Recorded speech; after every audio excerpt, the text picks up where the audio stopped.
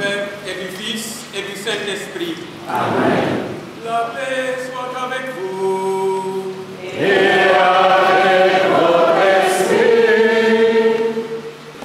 Révérend Abbé Pierre Claver John, curé de la paroisse Notre-Dame des Victoires de Diourbel et curé doyen du Bawol. Révérend Abbé Camille Sen, curé de la paroisse Saint-Jean-Baptiste de Thiès. Révérend Abbé Philippe Bayouguembeng, curé de la paroisse Sacré-Cœur de Mbacké. Révérend Abbé Thomas Dakin-Faye, curé de la paroisse Sainte-Croix de Bambey. Monsieur Édouard Sen, maire de la commune de Dodon. Chers amis et paroissiens de Saint-Jean-Baptiste, parrains de cette fête. Chers paroissiens de Mbacké, invités d'honneur. Chers invités, en vos titres, rang et qualité. Chers paroissiens, chers frères et sœurs en Christ, mesdames et messieurs, bienvenue à tous au Bawol. Il est heureux que nous soyons ici, ce matin, en Église. Comme jadis, les disciples Pierre, Jacques et Jean au Mont Tabor, nous avons gravi la montagne de la foi et de l'espérance pour nous hisser ainsi à la hauteur de l'amour. Il ne reste plus qu'à dresser 3 tentes, une pour la paroisse de Saint-Jean-Baptiste, une autre pour la paroisse de Mbacké et une pour la paroisse Saint-Joseph-Travail de Dodon sous la supervision de Monseigneur Victor Diol. Nous sommes très heureux de vous accueillir ce jour à l'occasion de la célébration en l'honneur de notre saint patron, Saint Joseph, chef de la Sainte Famille, patron de l'Église universelle et patron des travailleurs. Nous voudrions tout d'abord vous dire merci. Merci d'être venu partager notre joie et merci de nous témoigner ainsi de votre amitié. Chers amis, nous formons tous une communauté de foi qui se rassemble en prière autour de l'Eucharistie, qui est une action de grâce à Dieu pour ses œuvres. Action de grâce pour la création, action de grâce pour la rédemption, action de grâce pour la sanctification. L'Eucharistie est le cœur de notre vie, comme elle l'est d'ailleurs pour toute l'Église. Et nous aimons la célébrer de la façon qui nous élève ensemble vers Dieu. C'est notre démarche de ce matin. En célébrant aujourd'hui Saint Joseph Travailleur, nous voulons nous rappeler que c'est à lui, Joseph, que Dieu a confié la garde de son divin Fils. C'est lui qui a guidé les pas de Jésus dans son métier de charpentier. Et c'est lui aussi qui nous montre, par sa proximité avec Jésus, que tout travail peut et doit être source de sanctification. Chers amis, nous voulons marcher ensemble à la suite du Christ. Telle est la dynamique dans laquelle nous avons voulu inscrire notre plan d'action paroissial 2024-2025. C'est aussi dans la même dynamique que s'inscrit cette fête patronale, édition 2025, en communion avec les paroissiens de Saint-Jean-Baptiste et du Sacré-Cœur de Mbacké. C'est aussi le lieu de dire merci à son excellent Monseigneur Victor Diol pour sa présence. Monseigneur, dalal ak jàmm ci sa kër di diwaan gi nga min lool te mag ñi tamit min la lool.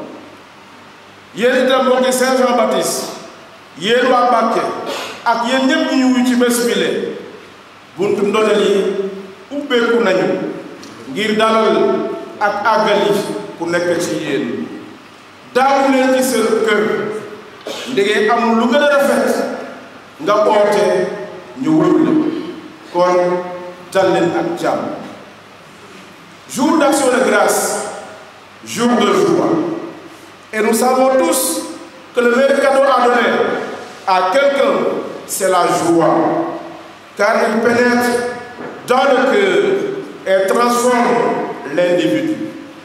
Que le Seigneur, par l'intercession de Saint Joseph, gloire de la famille, sème cette joie et cette paix dans nos cœurs, dans nos familles, dans nos communautés, bref, dans le cœur de tout un chacun, pour sa plus grande gloire et pour notre salut.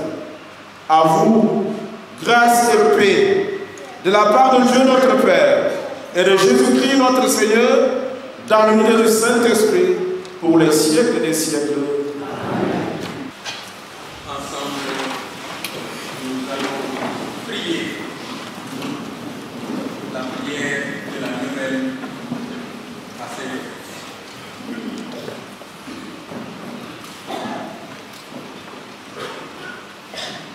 Tu as voulu, Seigneur, que la Sainte Famille nous soit donnée en présent. Accorde à tous les paroissiens, par l'intercession de Saint Joseph, la grâce de pratiquer les vertus familiales et d'être unis par les liens de ton amour. Nous te confions, Seigneur, nous ce qui désirons entendre la tête, pour vivre pleinement de vocation. Aide-les à répondre, accompagner par l'apprentissage de Jésus, à la veille de la adresse à chacun d'entre eux, pour qu'ils réalisent le projet de vie. Nous te confions les familles, les parents, les jeunes et les enfants. Par l'exemple de Saint Joseph, nous soyons les fidèles, prêts à témoigner de la résurrection de ton Fils, Jésus-Christ notre Sauveur. Lui qui vit et règne pour les siècles des siècles.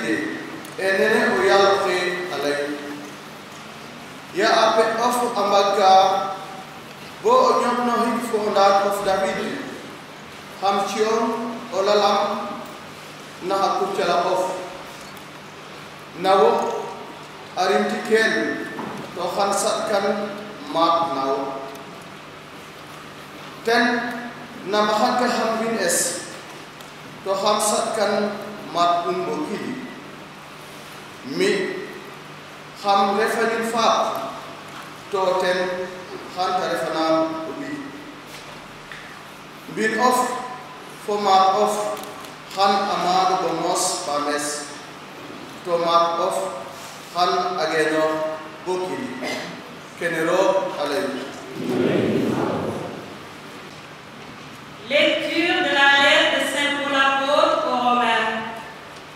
Frères, Dieu a promis à Abraham et à sa descendance qu'il recevrait le monde en héritage, non pas en accomplissant la loi, mais en devenant juste par la foi.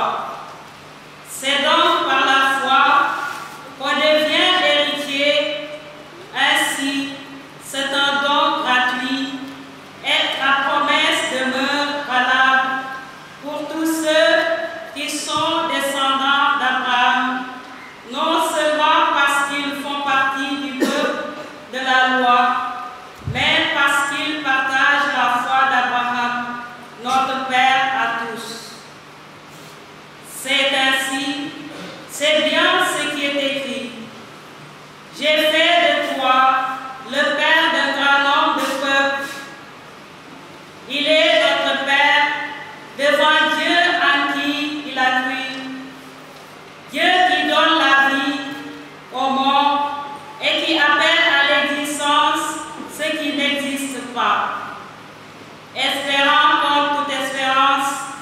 la pluie.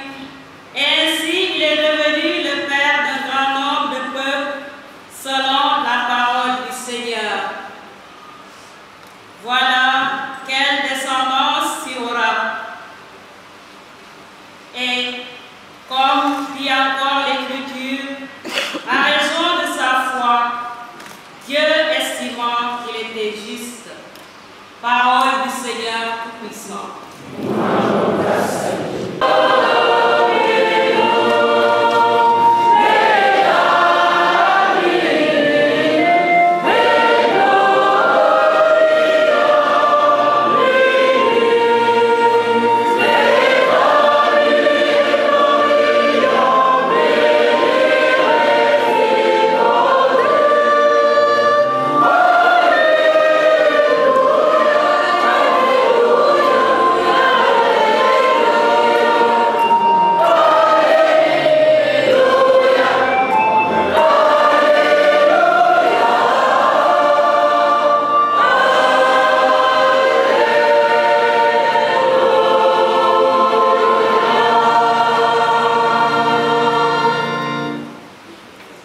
Le Seigneur soit avec vous. Et avec votre esprit. Évangile de Jésus-Christ selon saint Luc.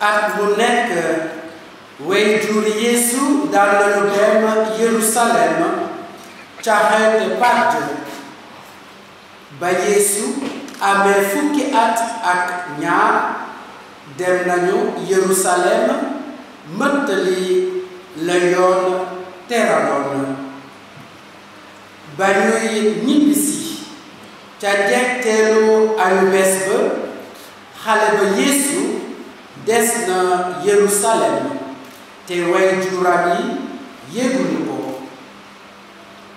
foogoon nañu ne mu nga nekkoon ak seeni àndale ñu dox bëccëg lëmm balaa ñu koy seeti ci seeni mbokk ak seeni xame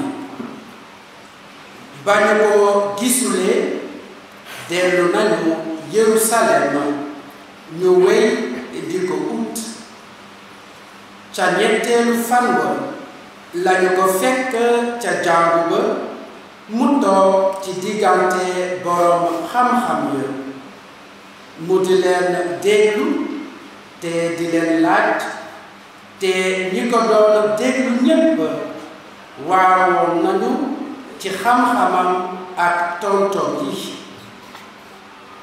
ba ko waajuram yi gisee waaru nañu te ndeyam ne ko doom lu tax nga def ñu lii seetal ni nu sonne di la ut sa baay ak man mu àddu leen ne lu tax ngeen di ma ut xanaa xamuleen ne ci suma kër baay laa war a nekk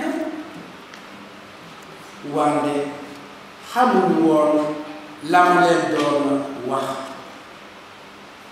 mu dellu ak ñoom ca Nasaret te mu di leen dégg. La parole est de toi, elle est dans ton cœur.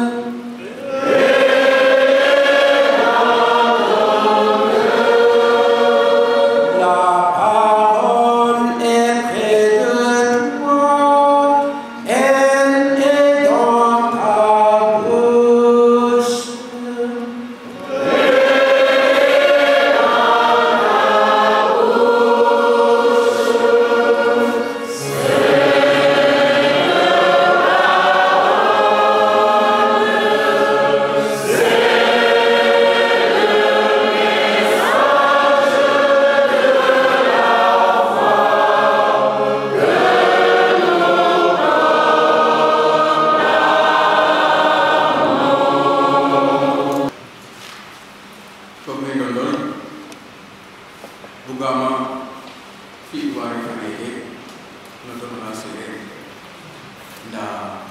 che hanno conoscere non hai diciamo te e tentavo a chi pare che non doveva buono con Francia fanno un bazar. Chers frères et sœurs, avant de livrer en français le fruit de mon méditation, je voudrais retenir quelques éléments en Wolof pour nous tous. Nous nous réunissons pour rendre hommage à Saint-Joseph et adorer Dieu qui nous a présenté et nous a offert cette figure, qui nous a offert ce personnage pour qu'il soit un modèle. Dans cette paroisse, figure paroisse bi ne Joseph mu sell mi moom la ñu teral moom moo di borom kër gi dëgg suñu xoolee bu baax teral ñu ci jàngu bi Joseph mu sell mi ndax seete ko ni ki ku am ay qualité yu bëri dëgg la naa li mu am te mu doonoon nit ku bëri qualité a tax ba ñu ko di ko jébal teraanga looloo tax ba itam yàlla tànn ko waaye suñ ko jébalee teraanga di ko teral tey dañu bëgg itam mu doon ci ñun royukaay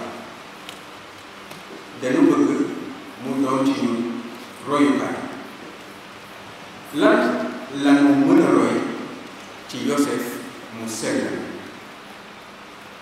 nit ku jub nit ku am yaakaar ak ngëm nit ku am coofeel ci moromam ak ci njabootam nit ku ànd di dox ci li Yàlla bëgg sax wax nañu ko ci booyu ndoorte bi Joseph déggal nga Yàlla baay déggal lu bari déggal Yàlla baay nanu roy ci moom lii ndax jubaayam selaayam leewaayam maandu teem cofeelam ci li mu déggal Yàlla la ko tibbee lan mooy déggal Yàlla déggal Yàlla du leneen lu dul bàyyi mbëggeelu Yàlla sax ci ñun te am na ma ko bëggee na ma ko bëggee Joseph ak Mariama amoon nañu projet nekk ensemble am ay doom ni ki seen morom ya nekkoon ca jamono jooju waaye ba xel mu sell mi defee la mu def ca Mariama Joseph teg la mu xalaatoon ak Mariama teg ko ci wet te nangu li nga xam ne moo la ko Yàlla sas lu jafe la ndegee ci suñu dund faral na loo ñaan Yàlla mu def li nu bëgg fàtte ne mbëggeelu Yàlla ci njaamam mooy teral njaamam donte sax mbëggeel boobu dëppoo na ak li nu xalaat ku topp mbëggeelu Yàlla ku déggal Yàlla du la Yàlla du la mos a fàtte nanu saxal suñu dundu ngëm ci déggal Yàlla déggal Yàlla lu wone ne sama ngëm nii la toll sama xam-xam nii la toll sama mën-mën nii la toll déggal Yàlla moo di sax ci cofeelam cofeel ci Yàlla sut lépp ci suñu diggante ak moom cofeel ci Yàlla sut lépp ci lu ñu bëgg ci àddina te su fekkente ne suñu diggante ak Yàlla toll na foofu ci cofeel ci suñu morom lan di yóbbu tey jii suñu xoolee l'évangile bi Joseph ak xale ba Yeesu ak Mariama dem nañu pèlerinage ngëm jógee fa ñu nekk Nazareth dem pèlerinage ca Jérusalem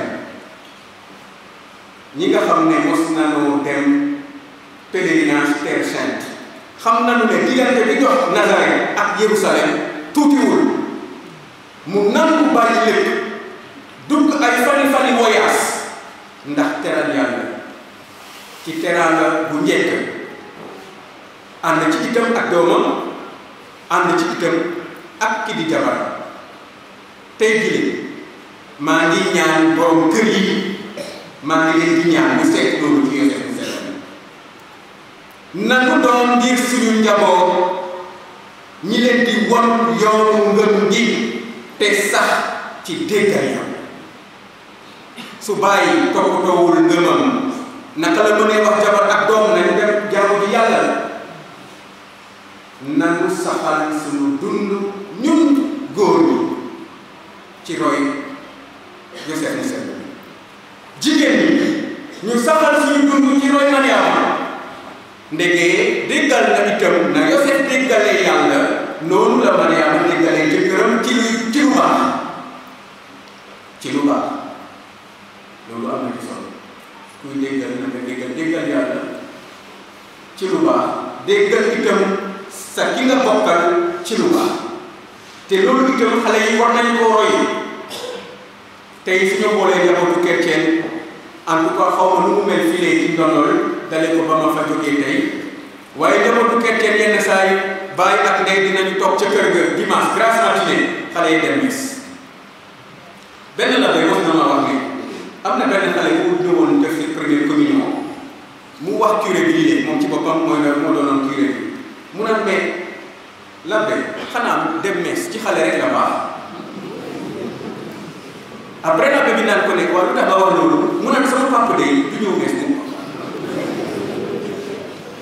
xale su tolloo foofu ba gis loolu ci papam wala ci yaayam naka nga mën a jubante dundam kon donc nañu roy ci Yosefu Sell mi roy itam ci njabootu sell ji jëpp ci Yeesu ci Mariama te fiddali suñu diggante ak Yàlla saxal ko ci déggal Yàlla fiddali suñu diggante ci suñuy morom saxal ko ci coofeel mbaale ak muñalante.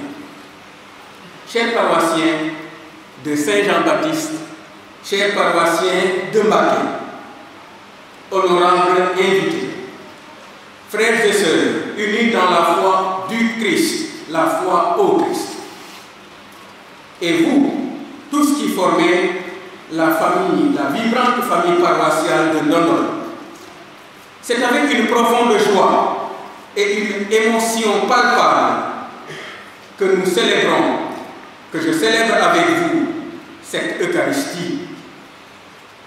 Nous nous rassemblons en ce lieu pour célébrer notre Dieu en honorant tout particulièrement la figure de Saint Joseph, l'humble charpentier de Nazareth, l'époux chaste de la Vierge Marie. Dieu lui-même l'a choisi avec une sagesse infinie pour être le nourricier et le gardien de ses trésors, les trésors divins les plus précieux, son Verbe incarné et la mère de son Verbe incarné, comme le disait Saint Bernardin de Sienne. Ce rôle de Saint Joseph auprès du Christ, d'être protecteur, nourricier, père terrestre, ce rôle auprès du Christ, qui est tête de l'Église, a inspiré le pape Pie IX à proclamer Saint Joseph patron et protecteur de toute l'Église, de l'Église universelle. En cette paroisse, qui porte fièrement le nom de Joseph, Saint Joseph est plus qu'un protecteur, il en est le véritable patron. Le guide spirituel, le phare qui éclaire le chemin de foi de ses fidèles. Il est prévu que je prenne la parole à la fin, mais ce sera vraiment une prise de parole très brève. C'est pour cela, avant de poursuivre, je voudrais vous exprimer ma joie immense d'être là en ce jour. Fouler à nouveau le seuil de cette église où, jeune prêtre, j'ai fait mes premiers pas sous le regard bienveillant de Saint Joseph, ravive en moi des souvenirs précieux. Ndondol, résolument, une place unique dans mon cœur, étant la seule paroisse du diocèse de Thiès où j'ai eu l'honneur de servir comme prêtre. C'est d'ici que mon chemin s'est ouvert vers la mission en Mauritanie. Aussi, après avoir rendu grâce à Dieu pour toutes ces bénédictions, je tiens à vous exprimer, vous, habitants de Ndondol, ma gratitude. Jërë ngeen jëf.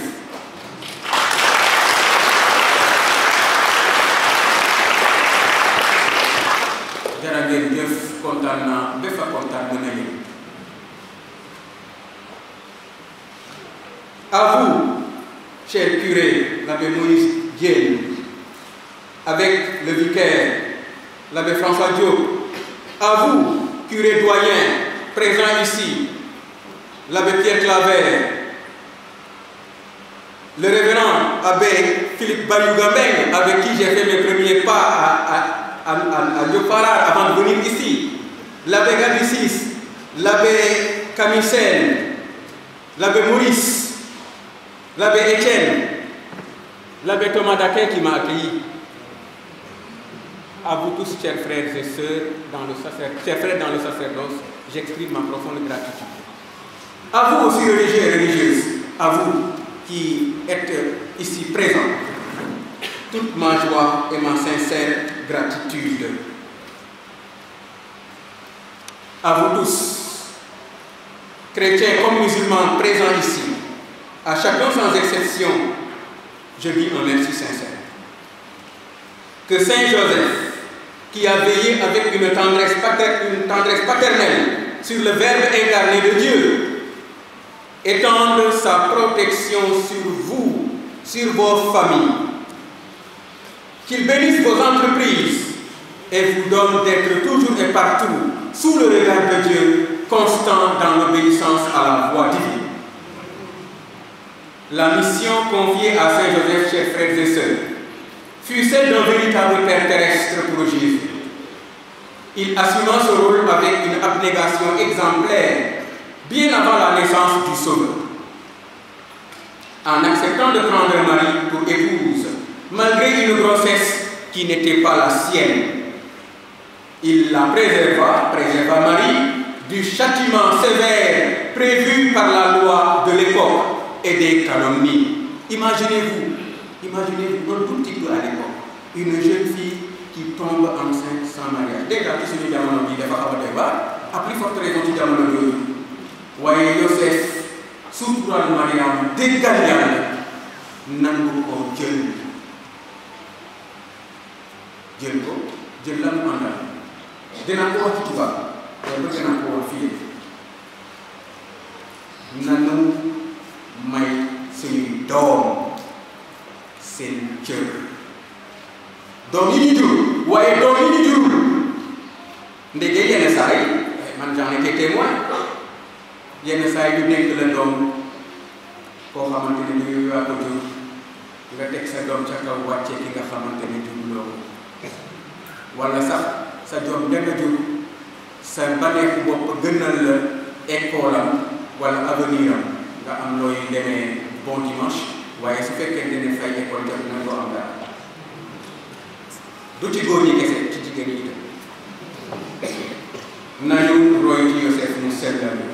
Oui, Saint Joseph a préservé la dignité de son épouse. Lorsque Jésus n'était qu'un enfant nouveau-né, Joseph obéit promptement à l'ordre divin de s'exiler en Égypte.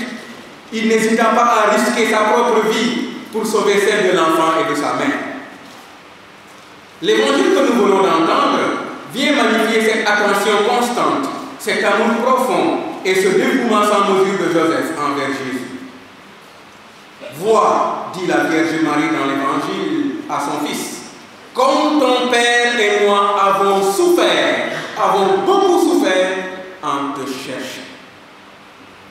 Ainsi, Joseph fut le chef de la Sainte Famille, au sein de laquelle se révèle la grandeur des réalités humaines les plus humbles lorsqu'elles sont mises au service du dessein divin. Si nous nous attardons sur les vertus remarquables de Saint Joseph, ce n'est pas uniquement pour exprimer notre admiration, mais surtout pour y puiser une inspiration vive pour nos propres familles. Saint Joseph a tant enseigné à nos familles et à nos sociétés contemporaines, où un nombre croissant de familles sont fragilisées ou éclatées. Combien de foyers souffrent parce que le père ou celui qui assume la responsabilité privilégie son bien-être personnel au détriment de sa famille ou de la communauté dont il a la charge. On trouve les moyens de s'offrir des vêtements somptueux, d'acheter parfois des cigarettes pour les fumeurs, de fréquenter assidûment les débits de boissons, mais lorsque vient le moment de subvenir aux besoins essentiels de la famille, nourriture, loyer, fournitures scolaires, éducation et soins, l'argent semble miraculeusement manquer. Il y a de quoi revenir à l'imitation à Saint-Joseph. Et que dire des mauvais traitements, comme je le disais tantôt en Wolof, infligés aux enfants qui nous sont confiés. Saint-Joseph a pris sous sa responsabilité un fils qui n'était pas biologiquement le sien. Il l'a aimé avec une tendresse infinie, allant jusqu'à mettre sa vie en péril pour sauver cet enfant. Son exemple doit interpeller avec force ceux et celles qui maltraitent des enfants qui ne sont pas les leurs, mais qui, pour une raison ou pour une autre, ont été placés sous leur protection. La préface de cette messe met en lumière le trait caractéristique de la sainteté du Père nourricier de Jésus. Il fut l'homme juste. Celui qui a mis tout son cœur à observer la loi et qui a accompli avec foi et humilité sa mission terrestre, l'homme juste. J'aime bien souligner que cette qualité de Saint Joseph, homme juste, repose sur son alignement parfait avec la volonté de Dieu. Cet ajustement à la volonté de Dieu est lui-même le fruit de sa foi profonde et de son espérance inébranlable, vertu qui lui confère la capacité à obéir à Dieu lorsque le projet du Seigneur contredit ses propres aspirations. Saint Joseph ne se contente pas de vivre une relation de confiance et de foi avec Dieu. Il enseigne également les membres de sa famille à faire de même, comme le souligne le texte de l'Évangile que nous venons d'entendre. Aujourd'hui, cette éducation à la foi est mise à rude épreuve dans de nombreux foyers. Hier, je me suis arrêté à Saint-Louis, pardonnez-moi d'être un peu plus loin. Et j'ai assisté, heureusement d'ailleurs, à une correction. Quelqu'un était en train de corriger les épreuves pour les enfants qui doivent faire la première communion. À la fin, quand j'ai vu, j'ai félicité le catéchiste, mais j'ai dit au catéchiste, il y a de quoi interpeller les parents pour qu'après la première communion et la confirmation, la pratique de la foi et l'éducation catéchétique puissent continuer. Parce qu'il y a des réponses qu'on ne peut pas imaginer qu'un enfant qui va faire la première communion, ignore ou bien donne. Des situations de la foi que des enfants qui vont faire la première communion ignorent. Et si jamais tu dis à ce parent-là, ton enfant ne fait pas la première communion, ben il y en a déjà qui ont acheté le tissu, nous le bien alors que nous allons dire Saint Joseph a enseigné aux membres de sa famille à avoir cette relation de constance dans la foi avec Dieu. Alors, chers frères et sœurs, aujourd'hui, en contemplant Saint Joseph, contemplons également ceux avec qui il partageait cette même famille, la Vierge Marie. En contemplant Marie, au sein du foyer de Nazareth, épouse de la Vierge Marie, épouse de Joseph, chaque femme chrétienne trouve un modèle inspirant pour vivre sa vocation d'amour, de foi au service de la famille et de la société. Marie a soutenu Joseph dans son rôle de chef de famille, dans l'éducation de Jésus. Son silence et sa présence discrète n'étaient pas moins actifs et essentiels pour l'harmonie de la famille et du foyer de Nazareth. Elle montre aux épouses l'importance cruciale de la collaboration et du soutien au sein du couple. Il n'est pas dit que Joseph avait toujours des chantiers, il était des charpentiers, mais il pouvait manquer de commandes. Mais en tout cela, la Vierge Marie a dû certainement supporter et dans Joseph, dans les difficultés de la vie quotidienne. Quant aux enfants, leur attitude envers leurs parents doit suivre l'exemple du Verbe de Dieu lui-même, qui était humblement soumis à Joseph et à Marie. L'Évangile nous dit qu'en ce jour, il leur obéissait quand il est retourné avec eux à Nazareth. Le Verbe de Dieu, obéissant à ses parents. Alors, chers enfants, nous sommes tous enfants de quelqu'un. Cette obéissance de Jésus doit nous inspirer. Baye ak ndey dañuy jur doom bëggal ko lu bon suñu ko teree dara daa fekk lu baax lañ ci séenu suñu ko yebalee dara daa fekk lu baax lañ ci séenu. Parents éduquons nos enfants, mais enfants obéissons à nos parents.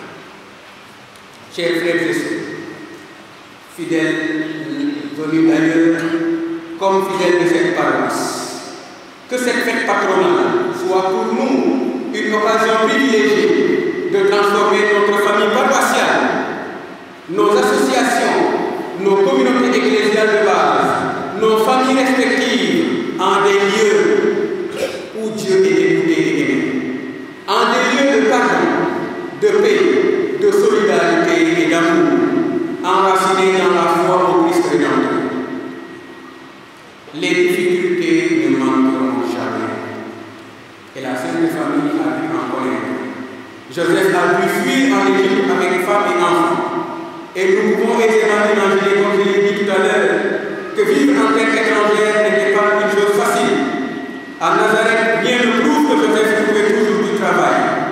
Malgré tout, espérant contre toute espérance, dans les moments d'épreuve et d'incertitude, Joseph a fondé sa famille sur le roc de la foi et l'a protégée grâce à l'amour mutuel qui unissait ses membres.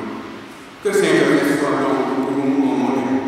Qu'il soit pour nous un soutien précieux, un soutien dans nos soucis de famille, nos soucis de santé, nos soucis de travail, et que son secours nous soit accordé à l'heure de notre passage de cette terre vers la maison du Père.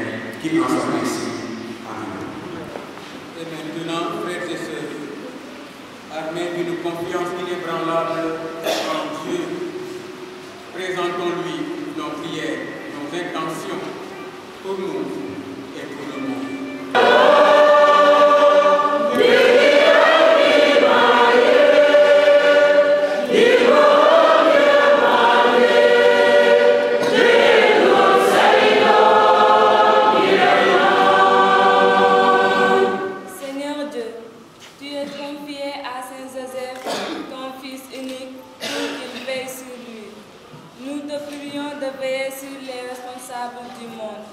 Qu'il soit disposé à respecter tout homme dans sa dignité humaine. Par Saint Joseph, prions le Seigneur.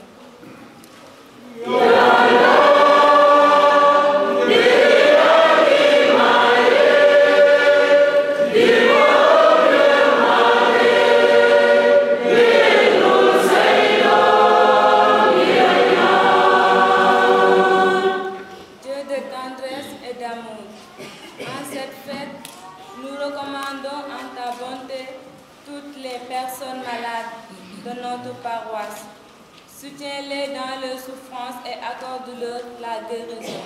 Par Saint Joseph, prions le Seigneur. à tes fidèles, Seigneur, tends une main secourable, qu'ils te cherchent de tout cœur et voient exaucer leur juste demande par le Christ notre Seigneur. Amen.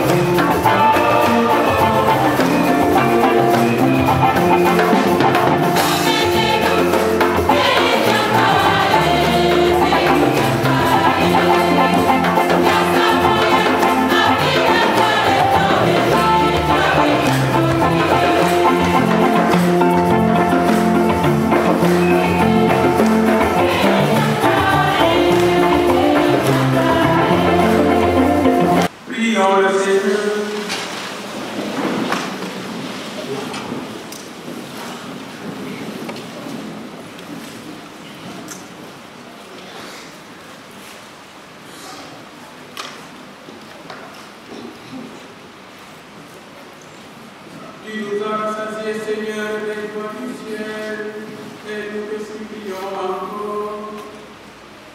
Fais-nous témoigner, comme le bienheureux Joseph, de la charité que tu as répandue dans nos cœurs, et nous donnons toujours le fruit de la paix, par le Christ notre Seigneur.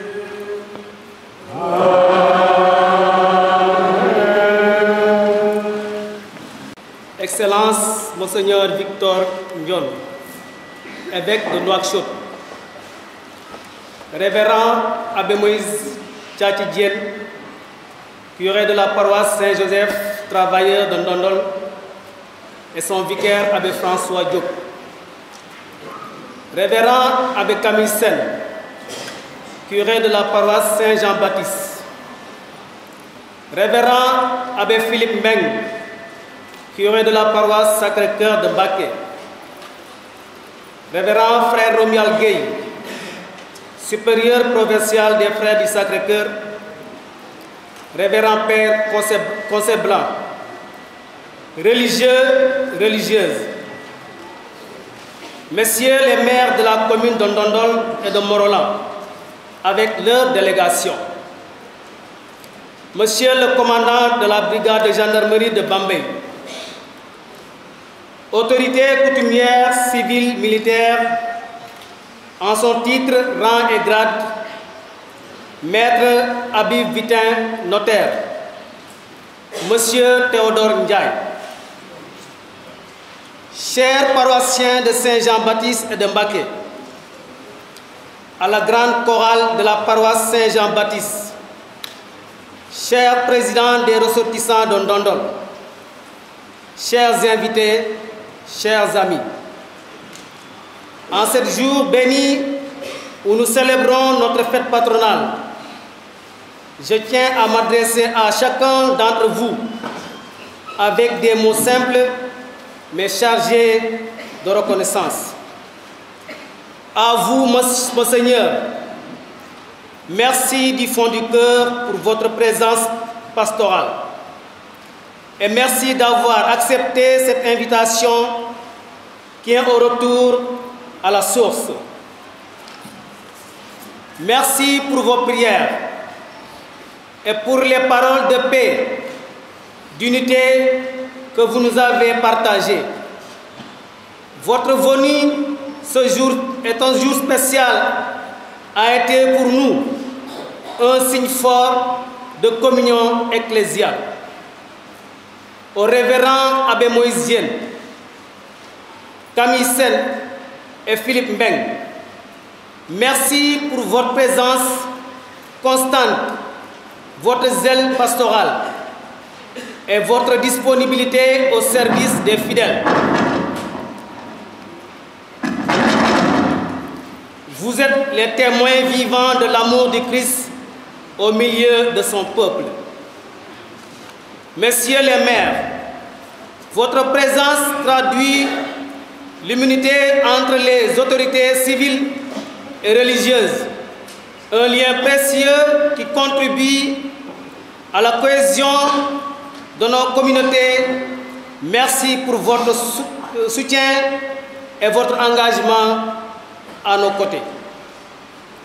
Paroissiens de Saint-Jean-Baptiste, parrain de cet événement, et paroissiens de Mbaké, invités d'honneur, votre dévouement, votre foi et votre fraternité ont été les piliers de cette célébration.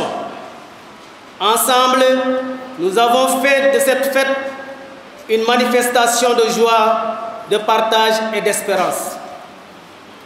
À la chorale de Saint-Jean-Baptiste, vos chants empreints d'élévation et d'harmonie ont rendu cette célébration somptueuse, à l'instar des chants des anges devant le trône céleste. Soyez-en vivement remerciés.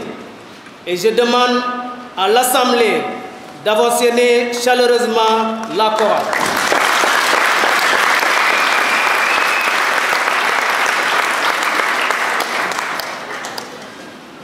À tous ceux qui ont contribué de près ou de loin à la réussite de cette fête, comité d'organisation, jeunes, anciens, bienfaiteurs, ressortissants, scouts et guides, cuisinières, merci infiniment. Que le Seigneur, dans sa bonté, vous bénisse tous abondamment et que notre communauté continue de grandir dans la foi, l'unité et la solidarité. Merci pour votre aimable attention.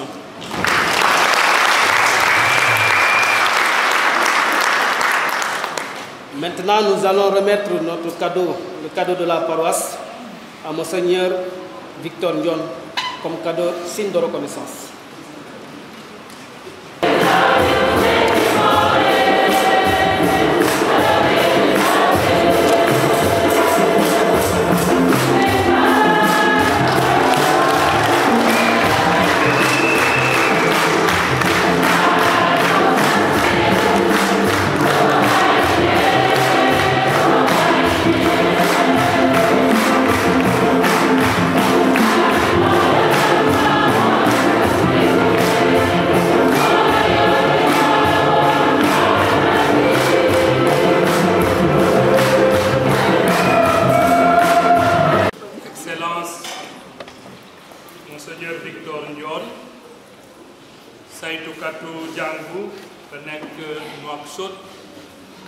Mauritanie, monsieur le maire, la délégation, monsieur le maire de Mont-Rolland,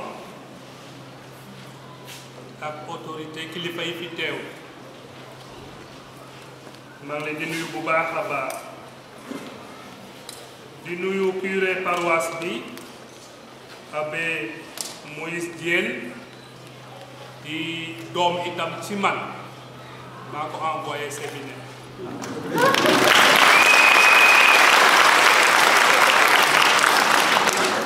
di nuyu vicaire bi abbé François Diop ak l'abbé yi fi teew di ràññee le curé doyen abbé Pierre Claver di nuyu sœurs yi Notre-Dame des Missions di nuyu frères yi frère Sacré-Cœur ràññee ci bu baax a baax le supérieur provincial frère Romuald di nuyu conseil pastoral conseil économique ak paroissien Ndondol di nuyu suñu ndaje bu rafet te neex yàlla di rafet na lool waaw rafet na te baax na ñu daje fi ni ki mbokk ci ngëm gi daje fi ni ki ay mbokk ni nit ñi yàlla boole di xumbal Yosef liggéeykat bu sell bi di saytukatu paroisse bile xumbal fête patronale mooy jëkk gërëm yàlla ci manoore gërëm ko ci ngëm gi mu ñu may kon yéen waa Ndondol xewte fête bi nouveau départ la ngeen eesal seen bopp ci ngëm gi di seede itam ngëm googule yéen ñépp waa Ndondol ci turu paroissien Saint-Jean-Baptiste maa ngi leen di yéene xewtewu jàmm xewte bu fees ak meññeef ci yiw ak barke yi jóge fa Yàlla maa ngi gërëm bu baax a baax seen curé l'abbé Moïse ak seen vicaire conseil ak chorale ci li ngeen tànn paroisse Saint-Jean-Baptiste ndax mu nekk parrain ou marraine bu fête bile di rafetlu bu baax a baax teewaayu chorale bi suñuy chorale depuis hier Monseigneur Victor ak Yàlla yaa waral li ni mel wax naa ko keroog yow yaa xew mais doo ko sa xew di nga màgget ci faru Monseigneur bi waaye yiwu Yàlla ci yow du mës a xew bi kon maa ngi insal te di feddali suñu bànneex ak suñu ndam ci yow waaye bànneex ak ndam di jóge fa Yàlla Ndondol mooy sa première paroisse moo di itam paroisse bii rek nga fi liggéey ni ki làkk su ma juumul maa ngi fàttaliku ne suñu premier anniversaire d'ordination fii lañ ko xumbalee fekk yaa ngi fi comme vicaire l'abbé Thomas mu fi l'abbé Pierre est en communion avec nous dajewaat nañu fi tey nga nekk Monseigneur loolu moo di pexewu Yàlla les voies de Dieu sont insondables kon ñu gërëmaat Yàlla ci yiw bi mu la may ko jaam bu sell bi gën ko may jaamu waa Mauritanie ci sama wàllu bopp 2018 maa ngi woon fii jiite mais su fekk patronat te jamono la ba en 2022 maa ngi woon fii encore jiite messe fête patronale ci invitation Sabador Moïse tey ma dikkaat fii ci fête patronale paroisse bi nekk curé ànd ak Saba paroisse Saint-Jean-Baptiste kon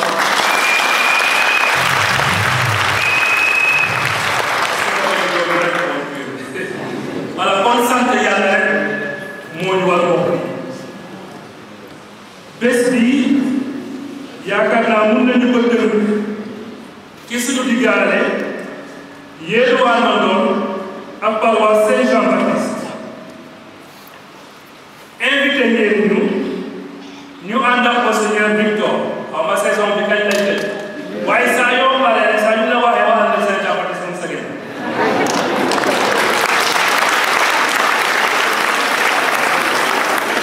waaw tant que saison bi dëjul xam leen ne Monseigneur Victor fu muy dem ñu wax ma ne ana wax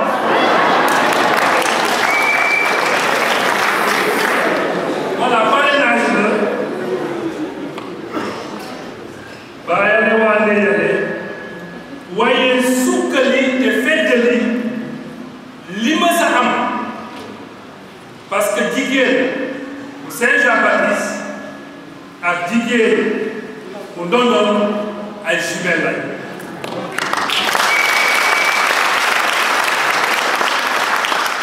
kon am na li jiitu bés bi kon ñu feddali ko bu baax a baax te xëy na cher curé mu bañ a yem ci femme catholique koolaa ñu ngi woon fii paroisse bi dikk na fii kaar délégué Dieu waa Saint-Jean-Baptiste voilà on est venu avec force kon yaakaar naa ah diggante bi war nañu ko gën a xoolaat gën ko feddali ba xëy na mu nekk paroisse bi dëkk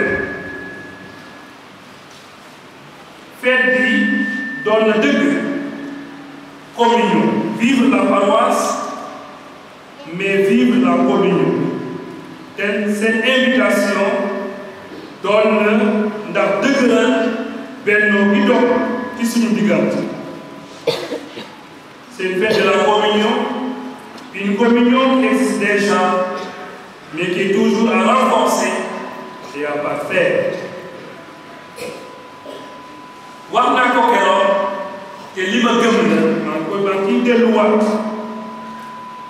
communion ci ngëm war na nekk communion solidarité jàppalante ak dimbaliyante ci suñu biir. ci diocèse nañu gën a liggéey ndax suñu communauté yi gën a am solidarité ñuy gën a weccoo alalu ngëm gi ak alal bu àdduna yi ñu yàlla baaxee nañu gën a am solidarité ndax yor suñuy jàll ndax yor suñu diocèse ak suñu paroisse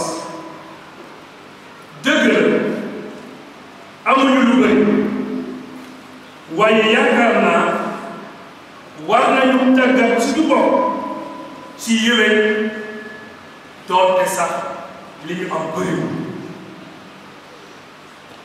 mënuñu def lépp ñun doon soxla nañu ndimbalu ñeneen ñi waaye nañu jàng compter te defal suñu bopp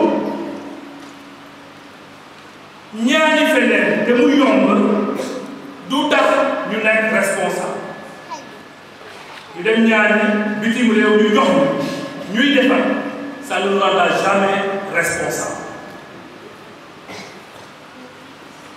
kon initiative bi ni mel monsieur le curé war nañu ko gën a yokk ci diocèse bi gën a ni ma ko waxee tàggat suñu bopp pour une générosité locale loolu mun nañ ko def ndax firndeel loolu monsieur le curé di firndeel itam suñu ngërëm ak suñu solidarité am na enveloppe bi ñu indi daa seet enveloppe bi nekkul am pour man conviction ne suñu jàppalante ci suñu biir am na projet yi ñu mën a taxaw daa seet kaay indi nañu fii 700 000 francs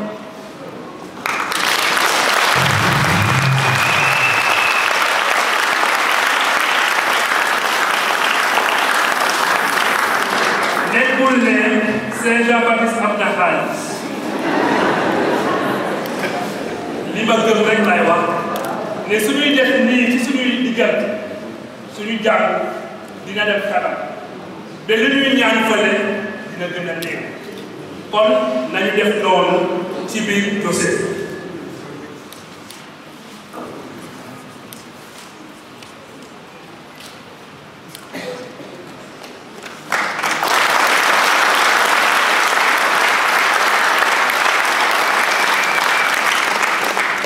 ci loolu maa ngi gërëm paroissien Saint-Jean-Baptiste yépp li ma ko waxee ñëw nañu bëri nañu kaartew gërëm famille bu baax a baax dinaa ci dellu ca kër ga ci seen taxawaay ci bés bi gërëm itam kooral yi ci seen taxawaay ci bés bi waa gërëm ñaan ñépp yéen waa Saint-Jean-Baptiste suñu xol sedd na ci yéen notre action de grâce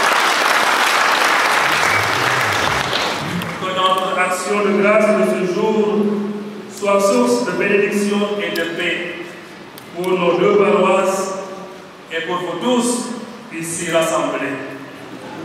na ñaan Saint-Joseph tuur yiw ci ku nekk ci yéen ci seen njaboot ci seen dundu communauté ci seen gëm. Bonne fête à tous. Voilà. yaram daw loolu yàq des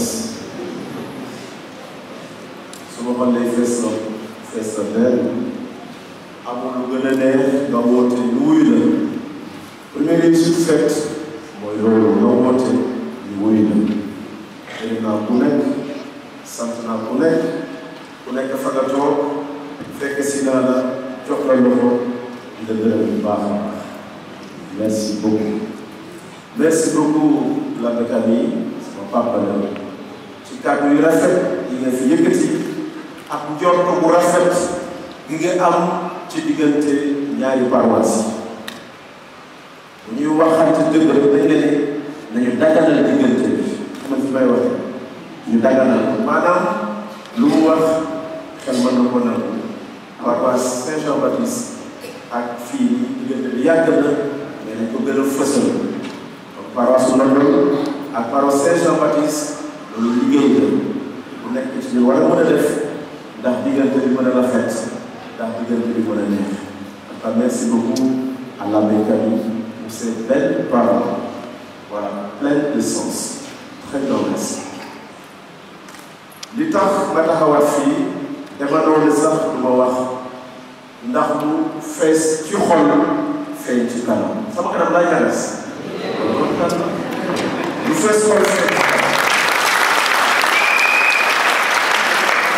dama fee taxaw rek ngir ànd ak l'abbé François ak conseil ñaari conseil yi voilà monsieur Victor ab séeréer la dañuy dokkeel jaajëfal ak sargal ñenn ci mag bi du ñëpp ndaxte ba ñu wutee dafa xat-xat boo xamante ne ñëpp la ñu war a mën a sargal mais am na mu sañ-sañ ci sunu biir tànn ñoo xamante ne ñu sargal leen tey guléet la bu ñu waxee guléet dañuy ñaan mu yónni kon ñun dañ ko wéyal chaque édition ñoo xamante ne ci biir paroisse ñu sargal leen ndax seen ngëm seen taxute ak seen coofeel ci jàmm bi monsieur Victor wax na ko sànq mag bu dul toppatoo ngëmam mënoo yar xale mënoo toppatoo sa doom mënoo ko digal wax na ko kon lii ñu def ay attestation la ñuy jox yenn mag yi ci biir paroisse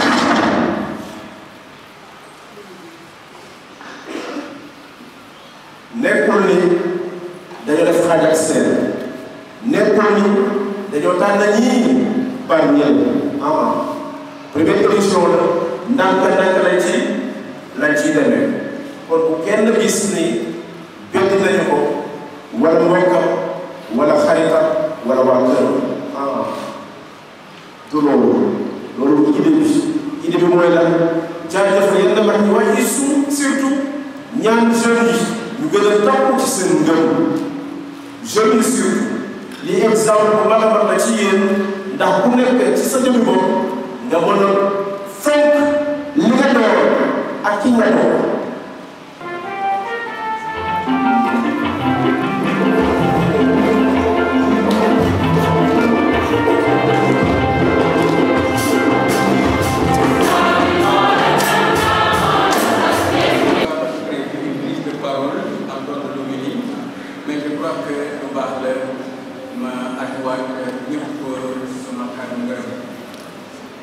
njëkkee ko ci maire yi monsieur le maire les Ndondol et les autres ak seen i délégation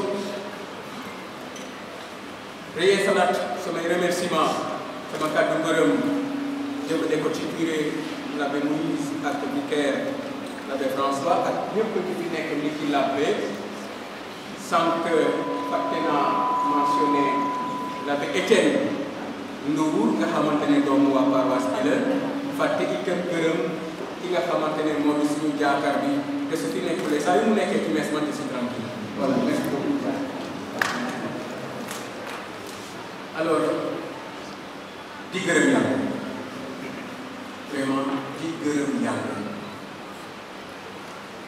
ñaari fukki at ak ñaar ci ginnaaw suñ ma waxoon ne li fi am tey dina fi mën a am kon ma wéy kon donc jaar na noo gërëm ñu gërëm yàlla di ko naw ne di ko tagas li ñu rafet na gis jéego yi paroisse Ndondol def ginnaaw ba mu fi jógee lu sedd sama xol ñetti làmp du noonu l'abbé Joseph Kama l'abbé Narcisse Diaw ak l'abbé Étienne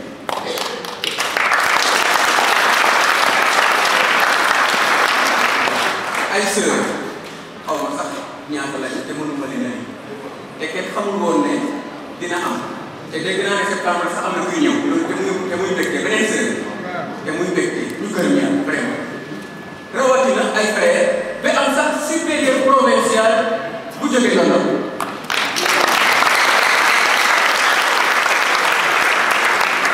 vraiment ñu gërëm yàlla te naw maa ngi itam yeesal ak sama ngërëm jëmale ko ci invité yi nekk waa Mbàkke ne teew fi waaye jëmale ko itam rawatina jëmale ko ci waa Saint-Jean la béykat yi nee na man maa waaye yéen a ma tibbum ca kaw kon boobu su ma gisee lu sori yéen a tax fu ñu woote ngeen jóg su baay ak ndey su wayjur parce que doomu waa Saint-Jean Baptiste su wayjur doon boote seeni doom ni ngeen ma boote kenn mu sa boote jërë ngeen def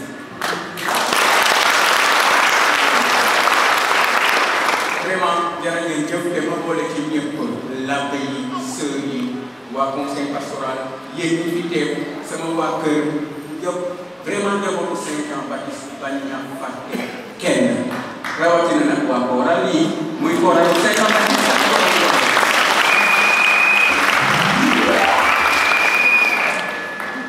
addu ay kàddu ngërëm ñi nga xamante ne ñoo assuré suñu sécurité te su fekkente ne mun na ñi ma fàtte ñu baal ma bañ a tuddal wax ji ak tax ma yemale ko fii vraiment kontaan na dalal cosaan bi ngeen ma dalal nag du ma ko mos a fàtte moom bi ma gisee mag yi ñoom Pierre ñoom Aloïse ñoom Philomène ak ñeneen ña fa des wër ma sama xol fees sama yaram daw sama diggante ak waa London la vraiment yéen xam ngeen man xam na su fekkee ne tey mu ngi fekk patronat sama cathédrale ca Nouakchott ma Théophile yebal keneen mu jàng fekk patronat bi foofu daa fekk ngeen sori ci man jàngal.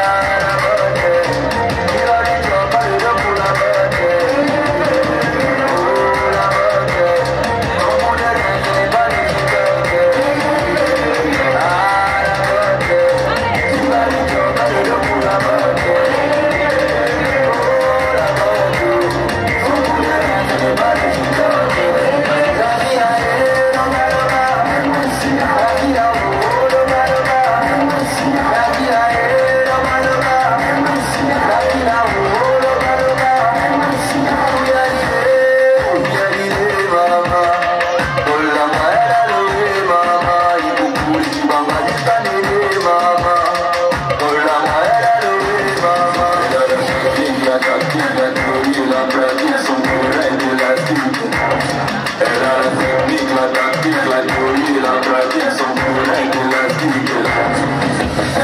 Ah, la bonne, il va lui dire pas de l'homme pour la bonne.